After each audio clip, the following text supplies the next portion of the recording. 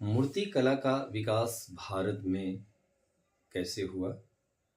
इस कला के विकास से उस समय की सभ्यता और संस्कृति का वर्तमान में पड़ने वाले प्रभाव की समीक्षा करें। ऐसे क्वेश्चन आता है। किसी भी कला को जब आप वर्णन करते हैं तो उसमें उसकी उत्कृष्टता क्या थी, मूर्ति क्यों बनाई जाती थी, किस प्रकार की मूर्ति बनाई जाती थी, उसमें कलाकारों की क्या सोच निहित होती है। तो सबसे पहले इस बात को देखें कि मूर्ति कला कहते किसको है। मूर्ति कला वह कला है जो किसी कलाकारों की आत्मीय उपज होती है, भावनाएं होती है, संवेदनाएं होती है, जिसको वह एक सांचे में ढाल देता है। उस मूर्ति पर वह चिंतन फिर वर्तमान के इतिहासकार हमारे करते हैं कि आखिर उस मूर्ति बनाने के पीछे कलाकार की सोच क्या थी। तो सोच उसकी कला से पहचानी जाती है, जो उसकी विचार के रूप में ली जाती है। इसमें इसका अर्थ होता है कि धार्मिक विश्वास, यानी धर्म पर हम अपनी आस्था रखने के लिए बहुत सारे धार्मिक मंदिर, धार्मिक मूर्ति बनाए। सामाजिक मान्यता, जो हमारे समाज में जो मान्यता जिस चीज को दे दिया, जिसको सभी समाज के संस्था के रूप में हमने स्वीकार कर लिया, मान्यता, लोक विश्वास, आम जनता की जो विश्वास की भावनाएं होती है, उस भावनाओं को एक कला के रूप में हम अभिव्यक्ति करते हैं। तो अभिव्यक्ति जब उनसे सांचे में ढालते हैं तो ये मूर्ति इंगित करता है कि इसमें कलाकारों की सोच क्या निहित है। विभिन्न कालों की मूर्तियां हमारी भारत में बनाई गई, लेकिन मूर्ति काल की कला की सबसे पहला विकास हड़प्पा सभ्यता के काल में हुआ। और हड़प्पा सभ्यता में मूर्ति कला जो आया, चूंकि हड़प्पा इसलिए कहा जाता है कि सबसे पहले मूर्ति का चित्रण, पशु पक्षी का चित्रण, जो विघ्न मूर्तियां के रूप में चित्रण है, वह हड़प्पा नाम का स्थान से मिला था, जहां ईंट पर जॉन ब्रंटन नाम का अंग्रेज मुल्तान से लाहौर तक रेल पटरी के दोनों ओर पत्थर की आवश्यकता को महसूस किया था। तो इसी स्थान पर टीला को देखा था, और उस टीला को जब साफ किया तो वहां से जो पत्थर निकला, ईंट निकला, उस ईंट पर जानवरों का दृश्य संकेत था। तो सबसे पहले हम मूर्ति कला की ओर इंगित हुए, और इससे यह इतिहासकारों में चेतना आई, कहीं न कहीं किसी सभ्यता का यह सूचक है। और फिर सिंधु सभ्यता की उत्खनन विभिन्न कालों के द्वारा इसके साथ प्रस्फुटित होता चला गया। तो इसमें पत्थर, अब इस काल में हमने पत्थर को ये तरासा, शेरखरी से बनाया, धातु की मिट्टी, तांबा, कांसा, तांबे और कांसे को मिला करके मिश्र धातु की मूर्तियां भी इसमें बनाई जाती थी। इस धातु में तांबा और कांसा को ली जाती थी। तो ये हड़प्पा काल के भीतर में इस प्रकार की मूर्ति बनाई जाती थी। ये मूर्ति कला की विशेषता थी। पत्थर, शेलखरी, धातु, मिट्टी, तांबा तथा कांसा का मिश्र धातु बनाई जाती थी।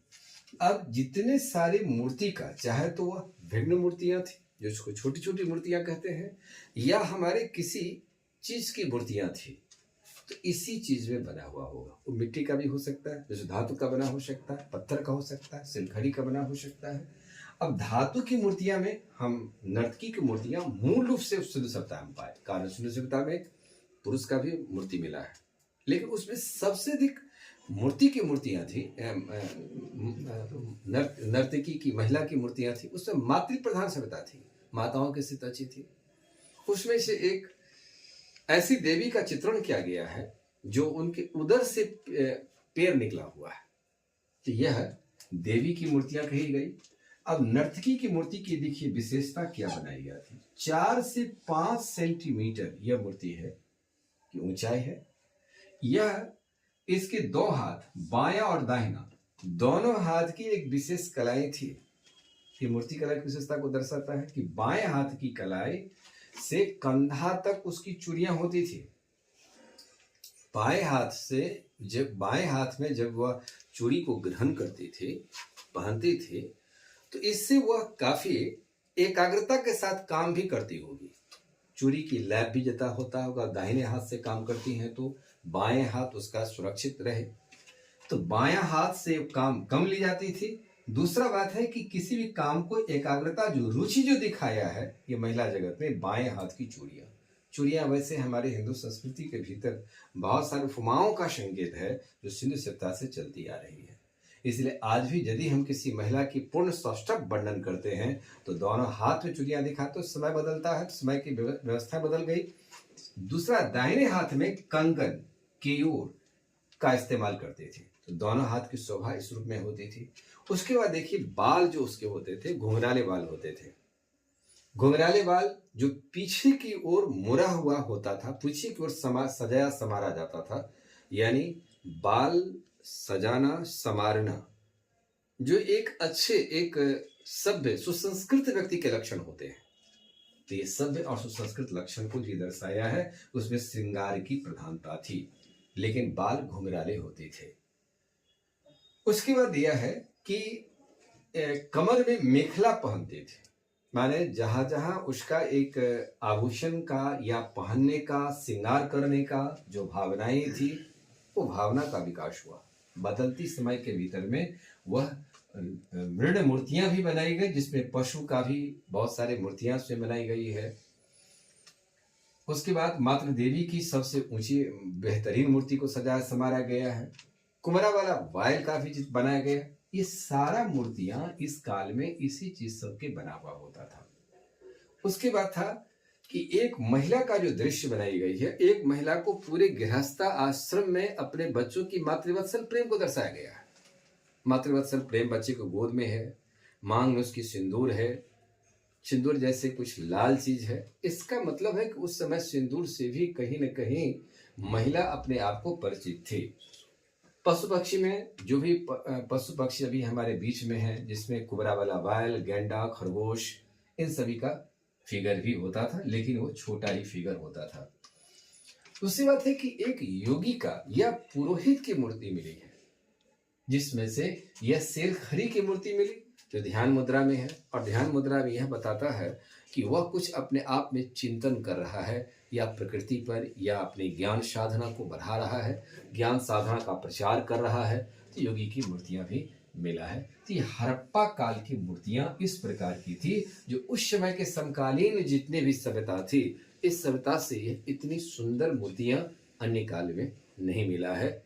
यानी उस समय के अन्य जो हमारी सभ्यता का विकास हुआ था विश्व में, जैसे मिस्र की या मेसोपोटामिया की, ये इससे अलग दिखती है। इसलिए भारत की सभ्यता यह बताता है कि जितने तरीके से सजाने और संवारने की प्रथाएं इस मूर्ति कला के माध्यम से उस काल के चित्रण को करता है, इतना अन्य किसी भी सभ्यता में देखी नहीं गई। फिर इसके आगे फिर हम मौर्य काल में आते हैं, उसको देखें। कला में मौर्य काल की मूर्ति कला कैसे विकास हुआ, ये शुद्ध सभ्यता से थोड़ी सी अलग हो गई। मौर्य काल में मूर्ति कला दो रूप में आई। एक दरबारी या उसको राजकीय मूर्ति कला कहते हैं, जो राज दरबार से यानी राजा के संरक्षण से बनता था, राजा के आदेश पर बनता था। राजा उसकी संरक्षण इस दरबारी को देता था। ये राजा का एक अधीन रह करके राज दरबार में रह करके यह कार्य करता था। रामपुरवा सारनाथ का अशोक स्तंभ इसके दृष्टांत में आते हैं। एकाश्म पत्थर से इसे बनाया जाता था। एकाश्म पत्थर जो कि अशोक के समय का जो ये स्तंभ बना है, एकाश्म पत्थर बना। लाल बलुआ पत्थर का इसमें इस्तेमाल की जाती थी। और लाल बलुआ पत्थर जो होता था, यह इतनी सुंदर बेहतरीन व्यवस्था था जो आज भी यह चमकता हुआ दिखाई पड़ता है। यानी इस पर चमकदार पॉलिश लगाई जाती थी, जिससे इसकी देखने में सुंदरता बढ़ती थी। दूसरा लोक मूर्ति कला था। तो पहले आप राजकीय मूर्ति कला में आप थोड़ा सा इसे एक उपलब्ध संसाधनों के आधार पर मैं दिखा दूं। जैसे यह जो है, यह एकाश्म पत्थर से शिव बनाया गया। इसमें सबसे ऊपर में 4 सिंह हैं। किसी रूप से सिंह 3 ही दिखाई पड़ते हैं, लेकिन 4 सिंह हैं, दूसरे को पीठ किए हुए बैठे हैं।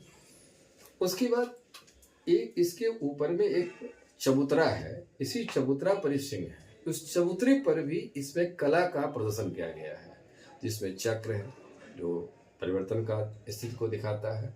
पशु पक्षी का भी चित्र इसके भीतर दिया गया है।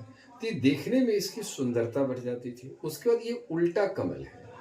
उल्टा कमल है जो नीचे से आपको दिखाई पड़ता है। ये उल्टा कमल है। ये कमल का दृश्य यही है, चारों तरफ से लगा हुआ है और ये पत्थर से लगा। और पत्थर के इस स्तंभ के नीचे मयूरासन होता था। मयूर के आगे से नाचते हुए मोर जिस तरीका से पंख फैलाए होते हैं, ये मोर का दृश्य होता था। यानी जितनी सुंदर ऊपर में है उतनी सुंदर उसके नीचे में भी है। तो ये यहाँ से ढका होता था, माने मयूर नीचे में ढका होता है और ये ऊपर में होता है।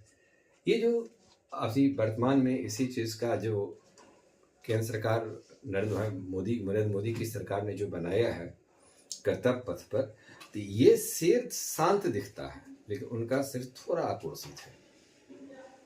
इसका मतलब है कि इस समय के कलाकार शेर को भी एक किस आधार से बनाया, वह कला का प्रतीक है।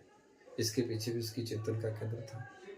तो ये स्तंभ शैली इस रूप में इसको बनाया जाता था और बड़े ही खूबसूरत और देखने को मिलता है। ये सारनाथ का अशोक स्तंभ है, इसका रामपुरवा है। जहां भी अशोक का स्तंभ है ये इस काल का इस चीज को दर्शाता है कि राज की व्यवस्था से ये संरक्षित है। दूसरा, लोक मूर्ति कला जो आम जनता से जुड़ा होता था। इस आम जनता में यक्षिणी की मूर्ति बनाई जाती थी। ये भी मूर्ति बनाने में खर्च लगता था। इसमें या तो किसी धार्मिक समूह के द्वारा बनाया जाता था, धनाढ़ व्यक्ति के द्वारा बनाया जाता था, पैसे वाले लोग इसको बनाते थे। दीदारगंज से एक यक्षिणी की मूर्ति मिली है जो पटना म्यूजियम, नया म्यूजियम में रखा गया है। इस म्यूजियम में एक यक्षिणी जो है एक बड़ी सुंदर दृश्य में दिखाया गया है, जिनका एक हाथ टूटा हुआ है, जो पटना के दीदारगंज से ये मूर्ति प्राप्त हुई है। और इसमें उसकी कमर काफी पतले है, खूबसूरत दृश्य उसके अंदर बनाई गई है, जो आज भी भारत सरकार कभी भी इस क्षेत्र में जब शोध करती है, बहुत सारे देश में भी ले गए हैं ऐसे और दिखाए हैं। पटना, बिरसा, महरौली यक्ष यक्षिणी की मूर्ति इस प्रकार से बनाई गई। तो इस प्रकार से मौर्य काल में ये दो प्रकार का ये कला इसके भीतर आई। एक दरबारी राजकीय जो सरकार द्वारा संरक्षित था, वो दरबारी राजा का होता था, राजा के संरक्षण पर, राजा के आदेश पर वह कार्य भी करता था। और लोक मूर्ति कला जो समाज के समूहों द्वारा उसको बनाया जाता था, इसमें यक्षिणी की मूर्ति मूल रूप से बनाए जाते थे। यह पूर्व की कला जो पता है, मूर्ति कला जो हड़प्पा काल की कला थी, देखिए उस कला से कहीं अलग इस कला का प्रदर्शन किया गया, एक समय का प्रभाव आया। लेकिन इसमें भी सबसे ज्यादा प्रभावकारी आता है कुषाण काल में, जहां कुषाण शासकों ने इसको आगे बढ़ाया। इस मूर्ति कला में मौर्य काल के बाद कुषाण कालीन मूर्ति कला है। इस मूर्ति कला के दौर को लोकप्रिय दौर कहा जाता है, क्योंकि इस काल में वो जन जन तक ये मूर्ति कला पहुंच जाती है। इसमें सबसे पहले राजा के द्वारा भी आगे बढ़ाया गया और आम जनता के घर तक भी इस पे रुचि लेने लगी थी। कारण क्या था? इसमें सबसे पहले देखिए, राजा जो होते थे ये मृत राजा की मूर्ति बनाने की परंपरा चलाया। इसको देवकुल कहा जाता था। देवता के स्वर्ण स्थान देने के लिए युगों युगों तक हमारी वंश शासन करे, तो वंश की पहचान थी। कनिष्क ने इस काल को सबसे अधिक और मूर्ति कला को लोकप्रिय बना दिया। भारत में कनिष्क, मौर्य काल में अशोक, मूर्ति कला के एक जीर्णोद्धार करता ही ने एक आधुनिक लेखन शैली की ओर बढ़ा था। इसी दो कला का विकास कनिष्क के काल में हुआ, गांधार शैली और मथुरा शैली। गांधार शैली में जो था, इसमें मूलतः प्रभा मंडल बनाई जाती थी, यथार्थवादी होता था, लेकिन उसमें पूरा चित्रण नहीं की जाती थी मूर्ति की। यह बुद्ध की शैली से आया था। बुद्ध का पहली मूर्ति गांधार शैली में ही बनी। इस शैली को इसलिए बौद्ध शैली भी कहा जाता है कि बुद्ध की अनेक प्रकार की प्रतिमाओं का शैली विविधनुमा बनाई गई थी, जिसकी उत्पत्ति एशिया माइनर या हेलेनिस्टिक कहा जाता है, यहाँ से इसकी हुई थी। यह यथार्थवादी था। बुद्ध, बोधिस्व, उनकी जातक कथा में बनाई जाती थी। इनकी वेशभूषा यूनानी होते थे। उनकी जो बाल होता था, घुंघराले बाल होता था। मांसल भाग को दर्शाया जाता था। शारीरिक मुखमंडल, प्रभामंडल जो था, उसकी सुंदरता बनाई जाती थी। इस प्रकार से यह गांधार शैली की विशेषता में बनी। उसके केंद्र में बुद्ध था। क्योंकि उस समय बौद्ध धर्म सबसे अधिक लोकप्रिय हो चुका था। राजा द्वारा संरक्षण होने के कारण बुद्ध की नीतियां प्रभावी थी, तो बुद्ध को एक जन जन तक का एक व्यवस्था के रूप में हम अपनाने भी लगे थे। इसी कुषाण कालीन में मथुरा शैली दूसरा शैली है। मथुरा के कलाकारों ने इसको आगे बढ़ाया, इसलिए मथुरा शैली के नाम से जाना जाता है। यह आदर्शवादी था। इस काल को गोल्डन एज कहा जाता है, क्योंकि आम जनता भी इसमें इंटरेस्ट लेने लगा है। इसमें बुद्ध की मुद्रा का जिक्र ज्यादा मात्रा में हुआ। बुद्ध की जो मूर्तियां बनाई जाती थी विभिन्न मुद्राओं में होते थे, और बुद्ध जिस तरीका से अपने आप को ज्ञान आसन धारण करते थे उससे यह जुड़ा हुआ था। अभय मुद्रा, भूमि स्पर्श मुद्रा, धर्म चक्र, ध्यान मुद्रा, वरद मुद्रा और ज्ञान मुद्रा। तो ये 6 मुद्रा की चर्चा इसमें आया है, और हमारे योग विद्या में भी ये 6 मुद्रा की चर्चा की गई है। इसमें दरअसल बुद्ध की मैत्रेयी, कश्यप, अवलोकितेश्वर, बोधिसत्व के रूप में इसकी निर्माण शैली किया गया था। जैन तीर्थंकर, बौद्ध, महात्मा बुद्ध और हिंदू देवी देवताओं का भी चित्र इस दौर में बनना शुरुआत हुआ मथुरा शैली में। इसमें कृष्ण का भी लीलाओं पर आधारित मूर्ति बनाई गई, लेकिन वैष्णव का एक ही मूर्ति मिला, वराह अवतार। उसके बाद वैष्णव का कोई दूसरा रूप में नहीं मिला। सबसे कम मूर्ति वैश्य वैष्णव धर्म से ही जुड़ा है। यहाँ ये लगता है कि एक धर्म के अलावा अब हमने यहाँ पर सेकुलर व्यवस्था की ओर भी मूर्ति की ओर चलने लगे, जहाँ जहाँ मूर्ति की उपासना होती थी, क्योंकि इसमें वैष्णव धर्म, शैव धर्म और जैन धर्म, जैन, बौद्ध, ये धर्म के लोग इसमें से आ गए। बुद्ध को यहाँ पर खड़ी अवस्था में भी दिखाया गया है। शिव लिंग का 5 मुखी चर्चा आई है। 1 मुखी, 2 मुखी, 3 मुखी, 4 मुखी, 5 मुखी लिंग की पूजा होने लगी। 5 मुख उनके होते थे। इस प्रकार से ये भगवान शिव का मूर्ति सबसे अधिक मिला। भगवान शिव की मूर्ति मानवाकृत भी बना है, लिंगाकृत भी बना है। इस प्रकार मथुरा शैली का विकास अधिक मात्रा में हो जाने के बाद इस काल में मूर्ति कला को मथुरा शैली का विकास होने के कारण इसे गोल्डन एज के नाम से भी जाना जाता है। मूर्ति कला का गोल्डन एज मथुरा शैली को माना जाता है। ये कुषाण कालीन मूर्ति कला था। कुषाण काल में ऐसा था कि ढलमा वाला व्यवस्था भी बन चुका था। पत्थर की भी मूर्ति बनाई जाती थी, कांसे की मूर्ति बनाई जाती थी, छोटी मूर्तियां बनाई जाती थी, बड़ी मूर्तियां बनाई जाती थी। इस प्रकार मूर्ति के निर्माण के क्षेत्र में यह विभिन्न क्षेत्रों को छूने का कार्य किया। अनेक धर्मों को अपनाने लगा, जिसमें से आपका जैन, वैष्णव, शैव धर्म की ओर यह बढ़ा है, बौद्ध धर्म की ओर बढ़ा है। बुद्ध की विभिन्न कला में बुद्ध, बोधिसत्व, अवलोकितेश्वर, जातक कथा पर आधारित मूर्तियां बनाई गई थी, जो बैठी अवस्था में भी है और पद्मनाशन अवस्था में भी है। वैष्णव मूर्तियों में भी 10 अवतार मंदिर बनाए गए, जिसमें से भगवान विष्णु को सोई हुई अवस्था में दिखाया गया और उनके नाभि से एक कमल निकला। कमल पर ब्रह्मा जी हैं और उसके ऊपर में आकाश में शिव का दृश्य दिखाया गया है, जो वृषभ वाहन पर भगवान शिव बैठे हुए हैं। शैव में लिंग पूजा सबसे अधिक गुप्त काल में भी हुआ। लिंग की ये 5 में था, जिसमें पंच लिंग के रूप में भी जाना गया था। प्रथम, द्वितीय, तृतीय, 1 मुखी, 2 मुखी, 3 मुखी, 4 मुखी, पंचमुखी। ब्रह्मा का भी पूजा इसके काल में हुआ है। उसके बाद आधुनिक काल में देखा जाए तो अब मैं पहले दक्षिण भारत में देखा जाए, अमरावती मूर्ति शैली, अमरावती नाम से विकास हुआ था।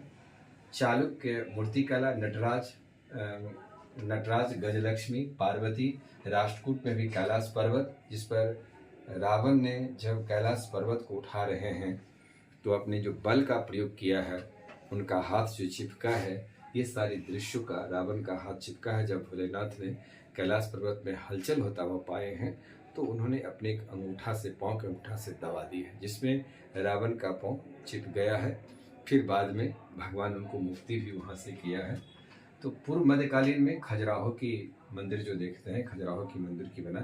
पाल कला में पाल शैली, जिसमें से धातु और पाषाण दोनों की बनाया गया, जिसमें उच्च कलाकार धीमन और विद्वान हुआ करते थे।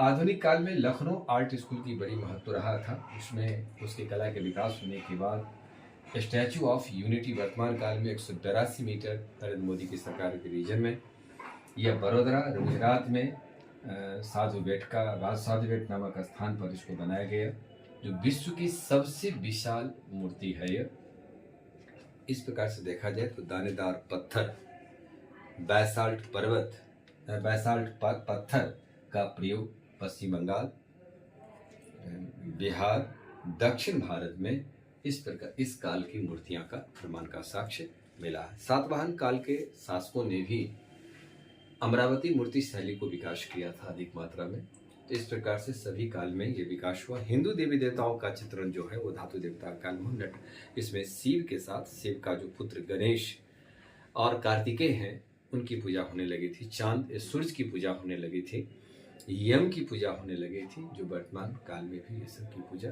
किए जाते हैं। ये मूर्ति कला का विकास इस रूप में हुआ जहाँ से लोगों की एक भावनात्मक और आध्यात्म दोनों ही संबंधों को जोड़कर उस क्षेत्र की संस्कृति को आगे बढ़ाने का कार्य किया।